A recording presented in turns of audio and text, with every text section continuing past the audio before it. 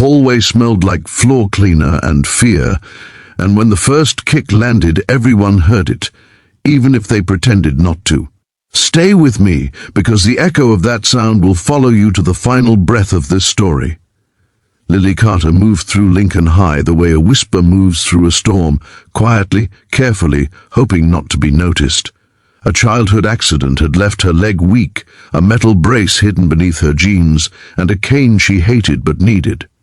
She spoke softly, listened deeply, and carried books like shields. That morning, lockers slammed and laughter bounced, and 3 seniors decided her silence made her invisible.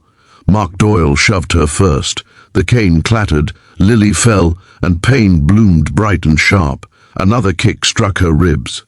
"Help me!" she cried, the words tearing out of her chest. Students froze. Phones lifted. No one stepped in. The bullies laughed louder with every unanswered plea. Lily's screams spilled into the open air through the double doors at the end of the hall, drifting toward the parking lot where a line of motorcycles rested like iron horses. The Hells Angels had stopped nearby for a charity ride, leather jackets stitched with wings, engines cooling in the sun.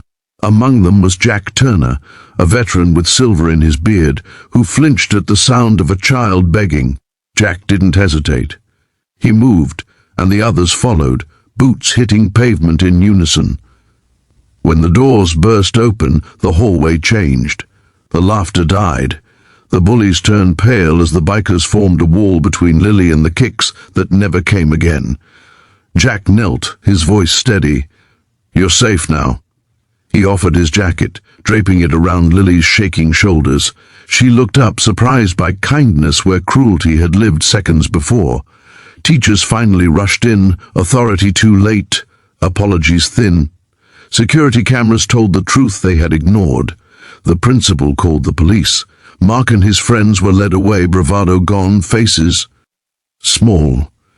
Students whispered, shame spreading like a bruise. Lily was taken to the nurse, then to the hospital for scans. Jack waited until he knew she'd be okay.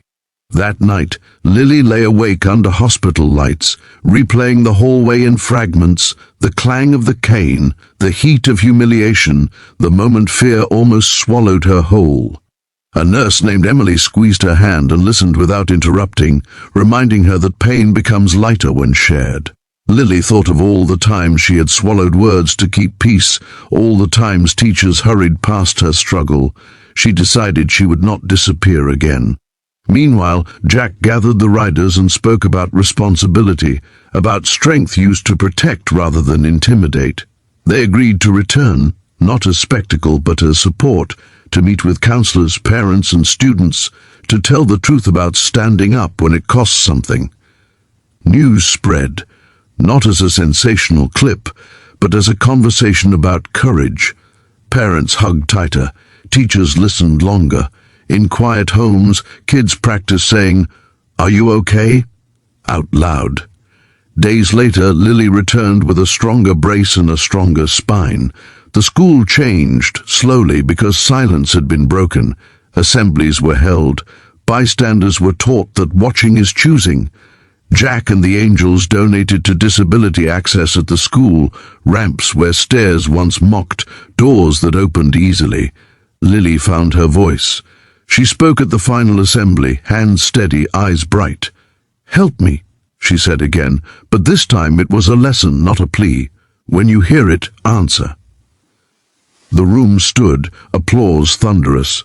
The bullies faced consequences and counseling, learning that harm leaves marks on everyone involved. Some apologized, awkward and sincere.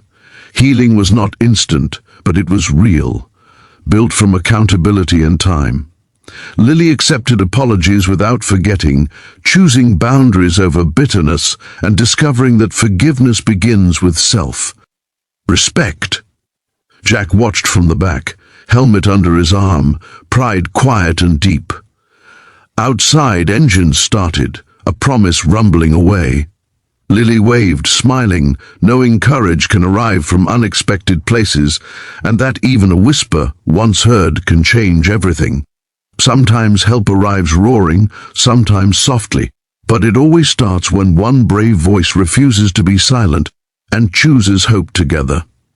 If this story moved you, subscribe to Sage Stories for more powerful tales that stay with you. What kind of story would you like next? Tell me in the comments.